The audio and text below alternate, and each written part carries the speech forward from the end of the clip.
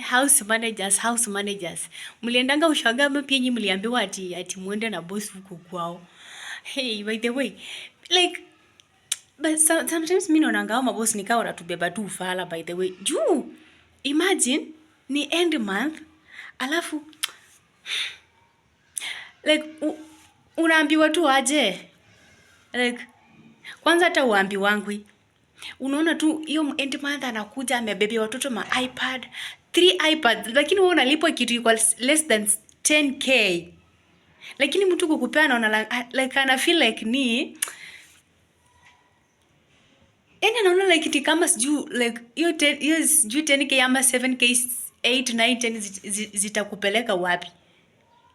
iPads mimi niko sure ziko more than siju 70k ama whatever. Mimi hata sijui bei juu hata si kwetu hizo hakuna. But mbona end month tu sinipe pesa zangu tu roho safi tu like na tuendelee tu na maisha.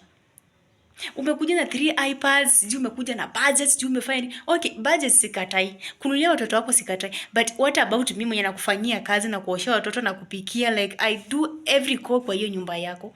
But ikifika time ya kulipa unaanza excuses, sijui whatever, sijui hizo zote ni za.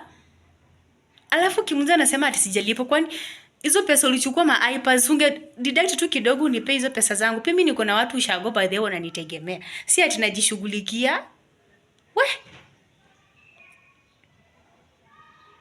Like unafikanga mahali unaona like am I here in a mess or unasemanga aje like niko hapa kimakosa ama? Hey. Like unafikanga mahali unasema hizi sasa ni gani?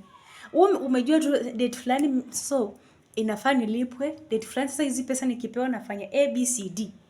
Alafu mwezi inafika mtu anaanza kukuzungusha na kukuzungusha. Weekend unapeleka watoto out. Lakini kuhesabu tu 1 2 3 ifike hiyo 8 9 10 kunipea ni ngumu. Hata si tunanipea 10, unanipea less than 10, but kuhesabu tu nipe unasikianga like huyu mtu sijui hata. Lakini sometimes mimi naona kama mnatubeba ufala by the way. Yeah, mimi ni mtu wa kuamka mapema. Wewe unaamka unaingia bafu, chai imeshaiva. Kila kitu iko intact ama whatever.